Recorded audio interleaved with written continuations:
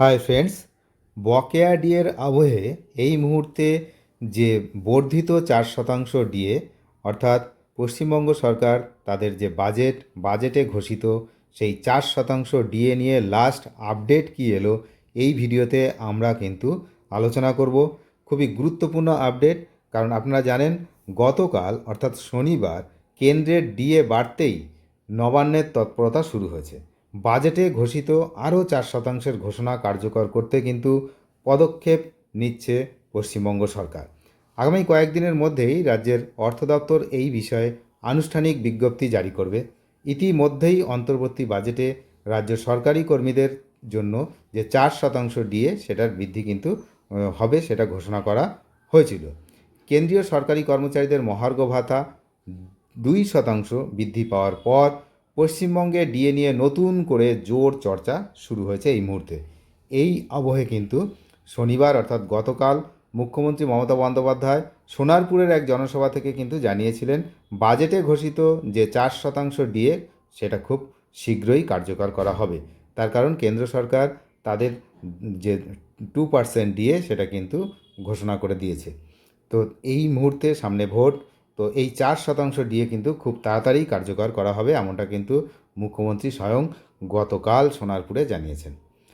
তার এই মন্তব্যের পরেই কিন্তু প্রশাসনিক স্তরে তৎপরতা বেড়েছে বলেই জানা যাচ্ছে। নবান্ন সূত্রে খবর, আগামী কয়েকদিনের মধ্যেই রাজ্যের অর্থ দপ্তর এই বিষয়ে আনুষ্ঠানিক বিজ্ঞপ্তি জারি করতে চলেছে।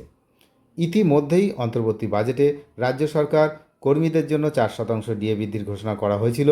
সেই অনুযায়ী এই বৃদ্ধি কার্যকর হলে রাজ্যের কর্মীরা মোট 18 ছিল এবং আরও 4, টোটাল হচ্ছে 22% হারে কিন্তু ডিএ পাবেন। অন্যদিকে কেন্দ্রীয় সরকারি কর্মচারীদের ক্ষেত্রে এই ডিএ 58% আগেই ছিল, সেটা বেড়ে এখন কিন্তু 60%-এ পৌঁছেছে। তার মানে পার্থক্যটা কিন্তু অনেকটাই এখনও থেকে যাচ্ছে। এই নতুন হার 2026 সালের জুলাই মাস থেকে কার্যকর হওয়ার কথা। ফলে কেন্দ্র ও রাজ্যের ডিএর ফারাক এখনও কিন্তু বেড়ে দাঁড়িয়ে রয়েছে কত না 38%। জানিয়ে কিন্তু কর্মচারী মহলে দীর্ঘদিন ধরেই অসন্তোষ চলছিল, আন্দোলন চলছিল, আপনারা জানেন। তারপরে বকেয়া ডিএর আবহে মামলা মোকদ্দমা অনেক কিছুই হয়েছে। তো আর একটা বিষয়, যে ইতিমধ্যেই পশ্চিমবঙ্গ সরকার সুপ্রিম কোর্টে কিন্তু জানিয়েছে যে এখনও পর্যন্ত তারা কত টাকা এই ডিএ বাবদ, বকেয়া ডিএ বাবদ পেমেন্ট করেছে। সেই বিষয়ে কিন্তু একটি ভিডিও একটু পরেই আসছে। তো যাই হোক, সুপ্রিম কোর্টের যে নির্দেশ সেটা মেনে পশ্চিমবঙ্গ সরকার 2016 থেকে 18 সালের বকেয়া ডিএ পরিশোধের যে প্রক্রিয়া শুরু করেছে।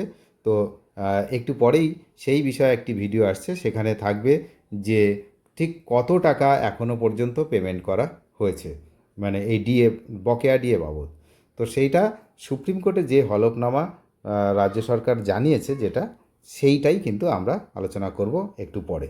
তো যাই হোক, রাজ্য সরকারের অধীনে যে সমস্ত দপ্তর রয়েছে তাদের পাশাপাশি যেমন শিক্ষা দপ্তর, গ্র্যান্ট ইন এইড বিষয় বিশেষ করে, তো সেই কর্মীদের কিন্তু বকেয়া এখনও মেটানো হয়নি।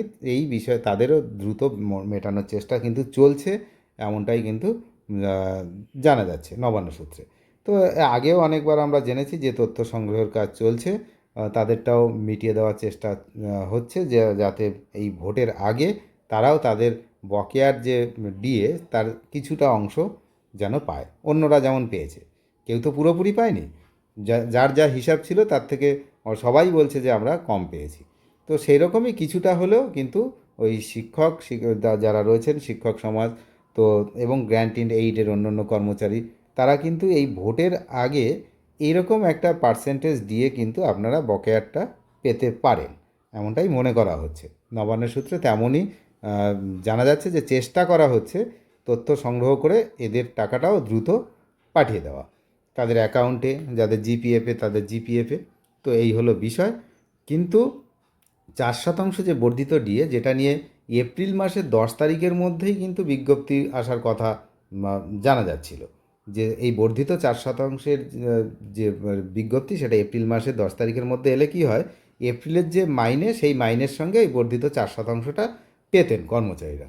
কিন্তু সেটা যেহেতু হয়নি এখনও, তো এখন এই ভোটের আবহে মুখ্যমন্ত্রী আবার বললেন যে হ্যাঁ, সেটা দেওয়ার কাজ চলছে।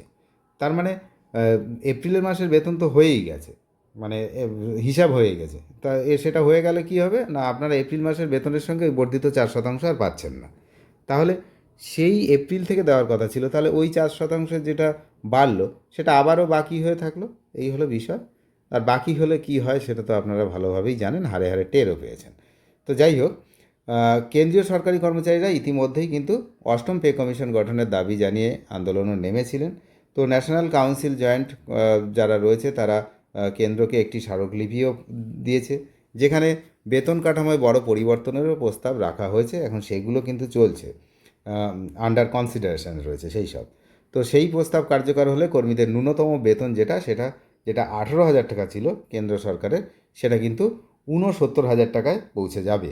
এমনটাই কিন্তু যে হিসাব এই সংগঠনগুলো দিয়েছে তাতে তাই দাঁড়াচ্ছে। তো এই প্রেক্ষাপটে রাজ্যের কর্মচারীদের মধ্যে প্রশ্ন উঠছে যে কেন্দ্র সরকার যেহেতু এই 2% দিয়ে বৃদ্ধি করলো, তারপরে যাদের মিনিমাম বেতন 18,000 সেটা থেকে চলে যাচ্ছে একদম 69,000-এর কাছাকাছি, তাহলে রাজ্যের যে 4% ডিএ সেটা কার্যকর কখন উঠবে?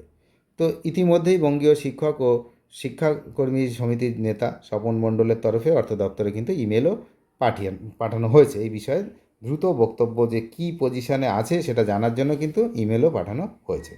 এখন নবান্নে কখন বিজ্ঞপ্তি দেয় নবান্ন, সেদিকেই কিন্তু আমাদের নজর রাখতে হচ্ছে। তবে যেহেতু সবাই বলছে, বিশেষ করে যিনি প্রশাসনিক প্রধান তিনিও যখন বলছেন যে 4% ডিএর দেওয়ার কাজ চলছে, বর্ধিত যে 4%, তাহলে আমরা আশা করতে পারি যে ভোটের আগে সেটা বিজ্ঞপ্তি হয়তো প্রকাশ পেতে পারে। আমরা নজর রাখছি, আপনারা নজর রাখুন। চ্যানেলে যারা নতুন তারা নিয়মিত আপডেট পেতে অবশ্যই চ্যানেলটিকে সাবস্ক্রাইব করে সঙ্গে থাকবেন। ধন্যবাদ।